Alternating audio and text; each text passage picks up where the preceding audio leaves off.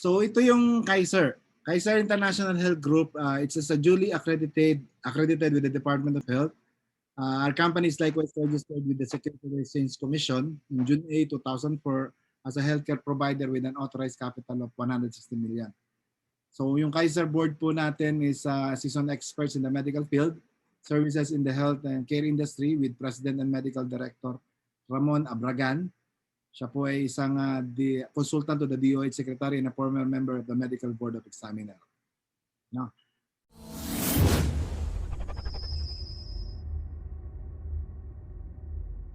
Ano nga ba yung Kaiser Health Group?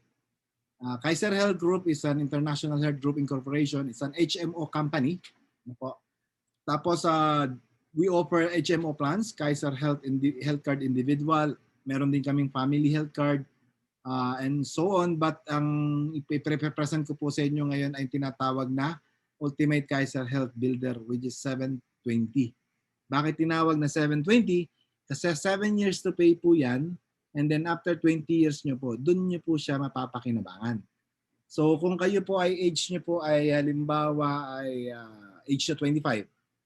So pag 25 po kayo ngayon, yung pong parang yung pinaka-product, mas mapapakinabangan nyo siya after 20 years. So kung kayo 25, at the age of the 45, dun nyo po siya mapapakinabangan.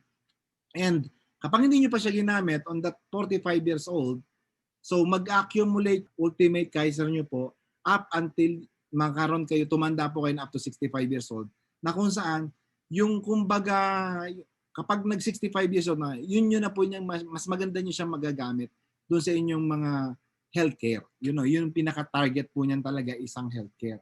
So, may tinatawag po yan na ito. Ito po yung sample illustration. Halimbawa, yung kunin po dito yung K100.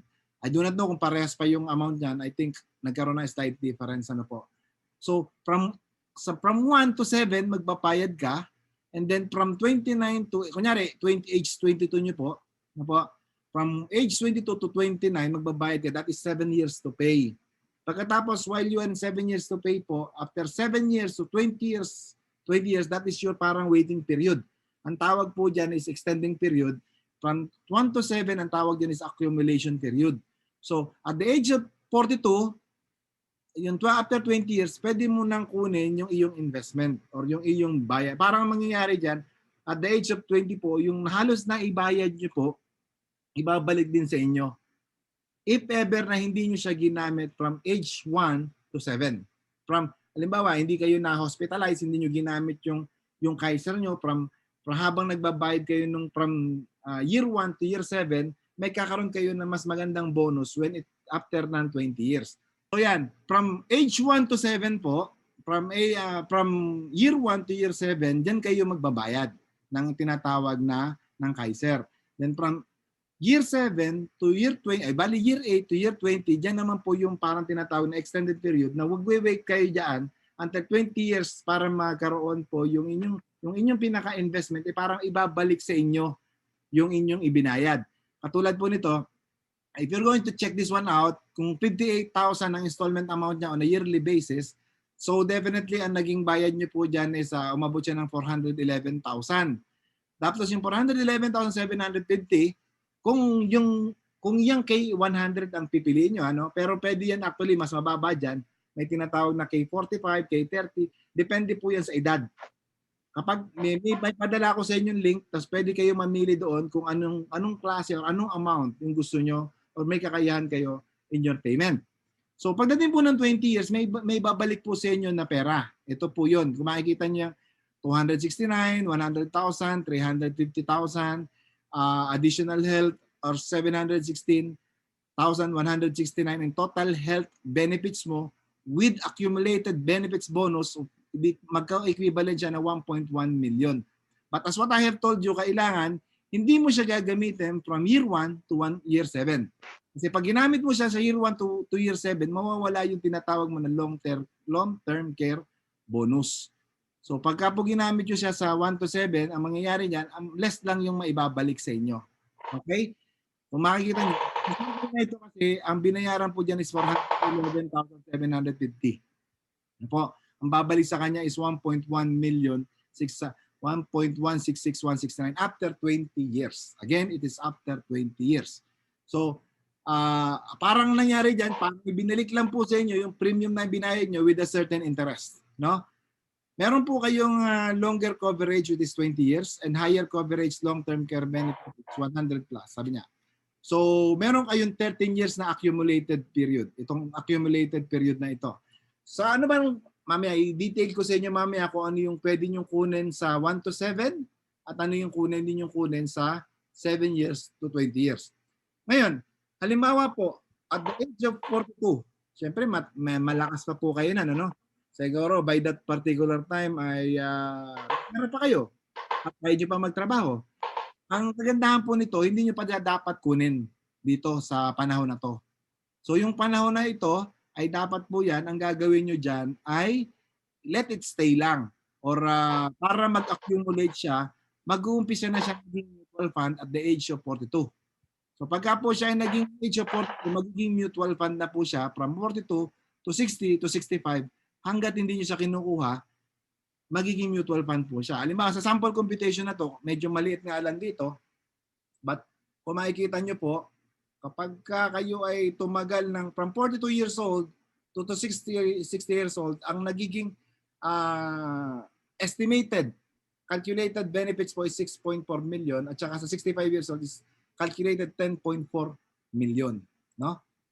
By the way, that is theoretical calculation. Hindi po yan yung talagang amount na makukuha nyo because that is calculated based on sa kita ng mutual fund.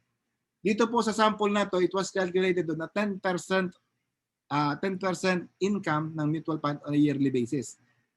Siyempre, pagka po medyo mababa yung kita ng mutual fund, mababa lang din po yung magiging accumulation niya on a yearly basis.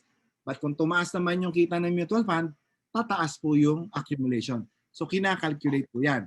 It is just for presentation purpose, kaya po inilagay ito with a 10% accumulated yearly increase po. No?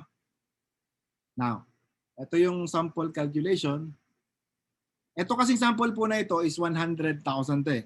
100 long-term care benefits. So, ito yung sample niya kanina, yung dinated lang niya, yung paano nagkaroon po ng 1 million. No? So, during accumulation period, first to 7 years, meron kang annual physical exam. Hindi siya deductible doon sa sinasabi ko kanina para magkaroon ka ng long-term care benefits. No? Okay lang po yung may annual physical exam. But of course, if we are outside naman Saudi ng Pilipinas, normally, hindi naman natin to kailangan. Po, kapag tayo ay 35 years old, pwede tayo magpa-ECG, pwede din pa-pap smear po sa babae, at meron po tayong dental benefits, unlimited dental benefits o dental check-ups. Po, may mga Kaiser accredited hospital po kasi. Now, merong basic medical health benefits, accredited physicians fee, specialist fee, surgeon's fee, so merong operating room, at meron tayong 1,000 a day as member choice or room or board up to 1,000 per day. Dito is provided na kinuha mo yung K100. Ano po? So merong yearly benefit limits of 60,000 per year. Again, that is for K100. No? Meron kang term life insurance coverage. Kapag ka po may nangyari sa'yo habang nagbabayad ka, it will be fully paid. Ano po?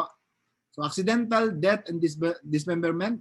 Halimbawa, while you are paying, nangyari po sa inyo ito, fully paid po yung inyong policy.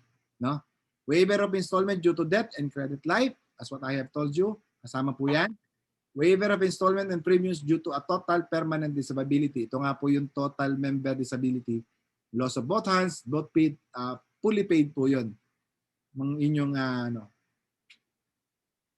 itong NB naman to, yung mga may problema to. All claims under the above insurance coverage shall be subject to contestability as provided by law for a reduced period of 2 years from the date of issue of restatement of the contract.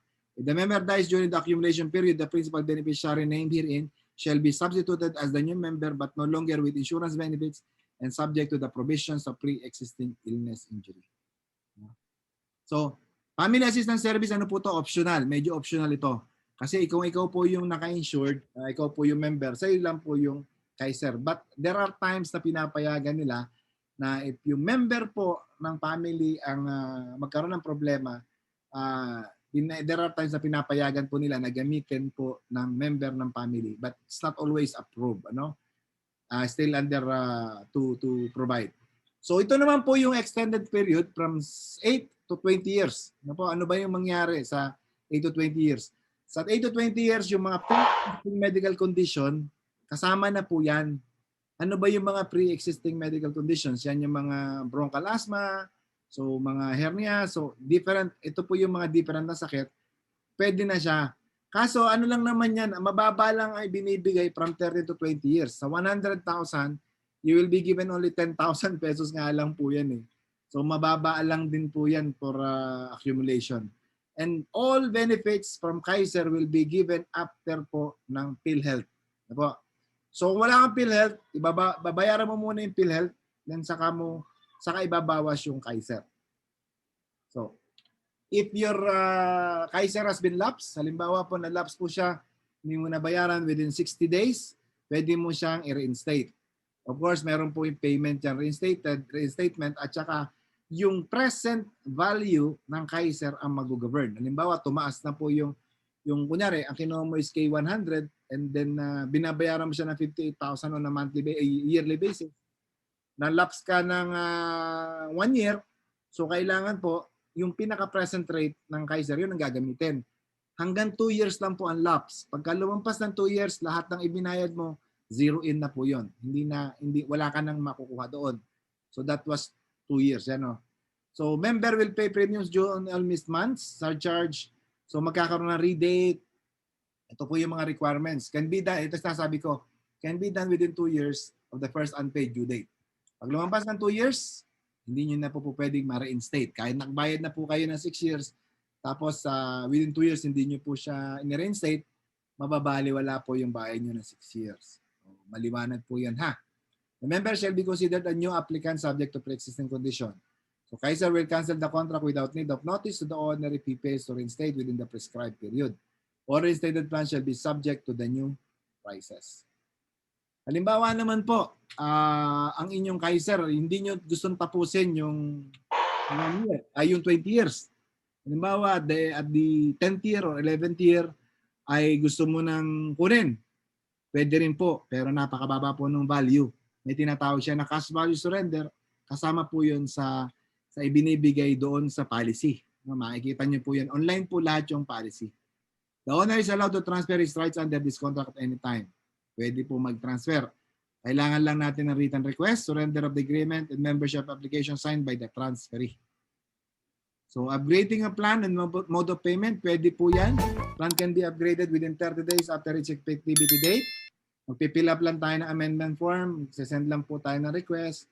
So, yan. Pwede po yan i-amend. The upgrading of plan and mode of payment is not allowed.